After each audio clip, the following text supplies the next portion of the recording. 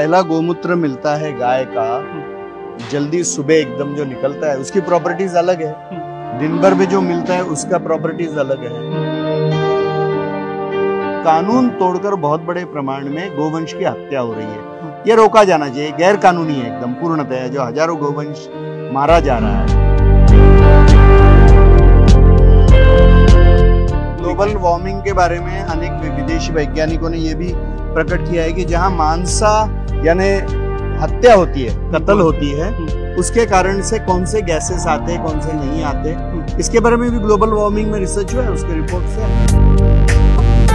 जितने हिंसा के उदाहरण दिए गए हैं गोरक्षकों के विरुद्ध, वह उसमें हमारे संगठन के ऊपर भी कई लोगों ने आरोप किए हैं। तो हमने तो अभी 134 केसेस की सूची अभी पिछले वर्ष हमने प्रेस को दी थी कि जहां पर प्रत्यक्ष कसाईयों ने पुलिस के ऊपर और समाज के ऊपर हमले किए हैं।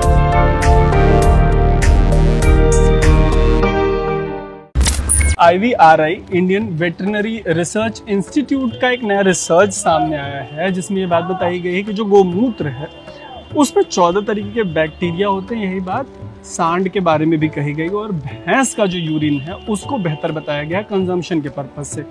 अच्छा, गोमूत्र को लेकर तरह तरह के दावे रहे हैं, कई सारे क्लेम्स, मतलब कैंसर से एड्स तक ठीक करने का, कोविड ठीक करने का, ऐसे तमाम दावे हैं।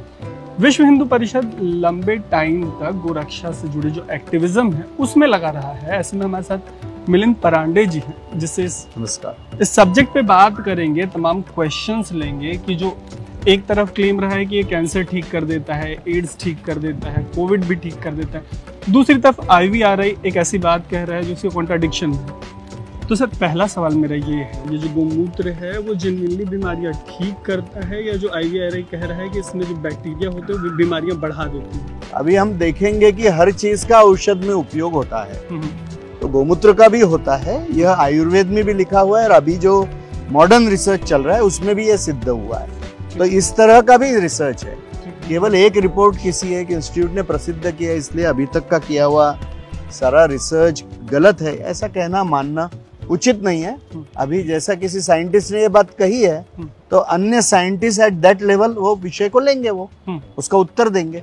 आपकी जानकारी में आपने जो चीजें देखी हैं, पढ़ी हैं, जिन रिसर्च रिपोर्ट के थ्रू आप गए होंगे, मीडिया रिपोर्ट्स के थ्रू, या जिन वैद्यों से आप मिले होंगे, उनसे बातचीत करके आपकी अभी वर्तमान जानकारी क्या है कि वो कौन सी बड़ी बीमारियां हैं जिनमें गोमूत्र का इस्तेमाल किया जा सकता है, जिससे ये इफेक्टिव होता है जिन बीमारियों में? स्किन के रोग है, हृदय के रोग है, पेट के रोग हैं, वैसे ही कुछ कैंसर के कुछ प्रकार, कैंसर तो बहुत प्रकार के कैंसर है, ठीक है, और आज भी अनेक कैंसर से ट्रीटेबल और क्यूरेबल है भी, समाज भी मानता है। कोई कैंसर कहने से एक ही प्रकार का कैंसर नहीं होता है, तो अलग अलग प्रकार के कैंसरों में भी अलग अलग दवाओं का उपयोग आज भी होता है। गोमूत्र, एलोपैथिक, सभी प्रकार के उसके ये है।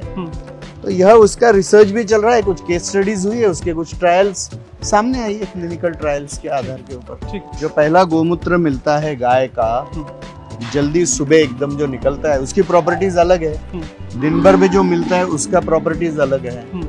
तो यह कौन सा किस काम के लिए उपयोग करना है इसका भी संकेत लिखे गए और बताए गए हैं।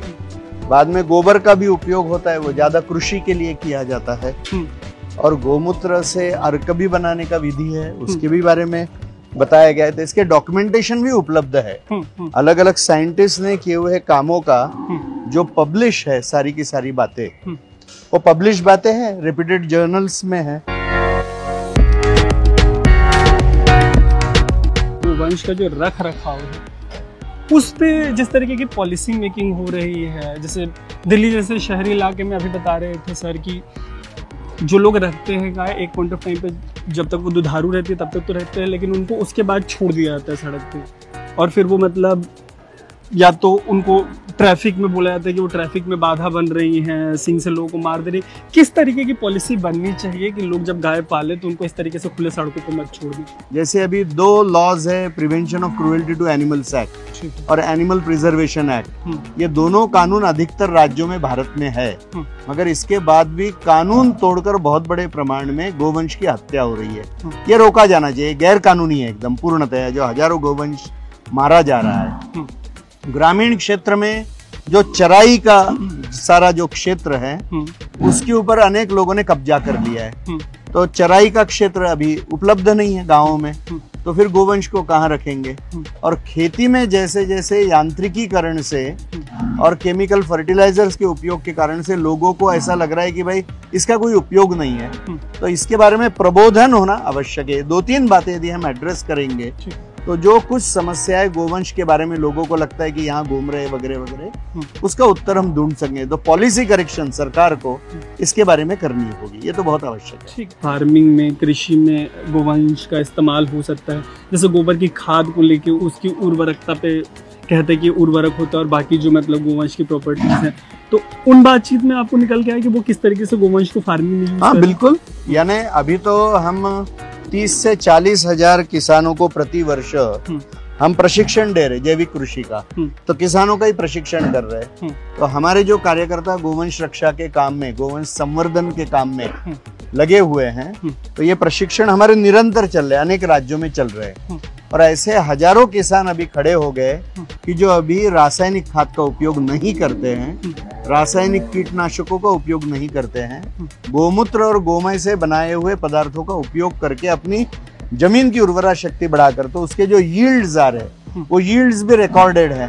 तो ये तो सब कुछ उपलब्ध है आज, और प्रत्यक्ष ऐसे जिन्होंने ये लिख कर दिया है कि हमारा पिछले साल ये था, इतना खर्चा हुआ, इतना उत्पादन हुआ, इसका रिकॉर्ड भी हमारे पास में। अगर मैं सही समझ रहा हूँ तो आप ये बता रहे हैं कि जो करीब 40,000 के आसपास वीएचपी से जुड़े किसान हैं, उन्होंने गोवंश की जो प्रॉपर्टीज, गोमूत्र और जैसे गोबर और इनसे बनने वाले खाद का जब इस्तेमाल किया तो उनको बेहतर रिजल्ट मिला। वो जो और वो रिकॉर्डेड है, प्रॉपर वे में रिकॉर्डेड है। ये साइंटिफिक है। जब ये कोई कह देता है कि ग्लोबल वार्मिंग को, उसका सामना करने में भी, उसको फाइट करने में भी गाय की बड़ी ग्लोबल वार्मिंग के बारे में अनेक विदेशी वैज्ञानिकों ने ये भी प्रकट किया है कि जहां मांसा यानी हत्या होती है, कत्ल होती है, उसके कारण से कौन से गैसेस आते हैं, कौन से नहीं आते, इसके बारे में भी ग्लोबल वार्मिंग में रिसर्च हुआ है, उसके रिपोर्ट से वो भी देखे जा सकते हैं। जब गौ रक्षा की बात आती है, कई जगहों पे भी हिंसक भी हो गया है। इस तरीके की हिंसा से कैसे बचा जा सकता ताकि सामाजिक समरसता बनी रहे? देखिए, समरसता का विषय आता है तो ज्यादातर मुझे लगता है हम गलत आर्ग्यूमेंट इसमें कर रहे हैं, क्योंकि जितने हिंसा के उदाहरण दिए गए हैं गोरक्षकों के विरुद्ध, वह उसमें हमारे संगठन के ऊपर भी कई लोगों ने आरोप किया है। तो हमने तो अभी 134 केसेस की सूची अभी पिछले वर्ष हमने प्रेस को दी थी कि जहां पर प्रत्यक्ष कसाईयों ने पुलिस के ऊपर और समाज के ऊपर हमले किए हैं, उसके ऊपर बात करनी चाहिए। और दूसरी बात है कि हिंसा और इसकी बात करते हुए जो 2 कानून का नाम मैंने लिया, prevention of cruelty to animals act और एनिमल प्रिजर्वेशन एक्ट, ये 2 कानून को तोड़कर हजारों गोवंश की हत्या रोज हो रही है, उसके बारे में कोई नहीं बात करेगा।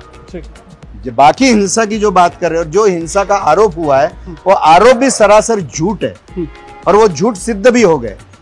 और इसलिए मुझे लगता है कि इसकी चर्चा अनबैलेंस्ड वे में करना, यानी हजारों गोवंश की कत्ल की बात क्यों नहीं करेंगे, वो गैर कानूनी बात है, वो हिंसा है, मूक जीव की हत्या आप कर रहे हैं, उस हिंसा के बारे में कोई नहीं बात कर रहा है कानून तोड़कर।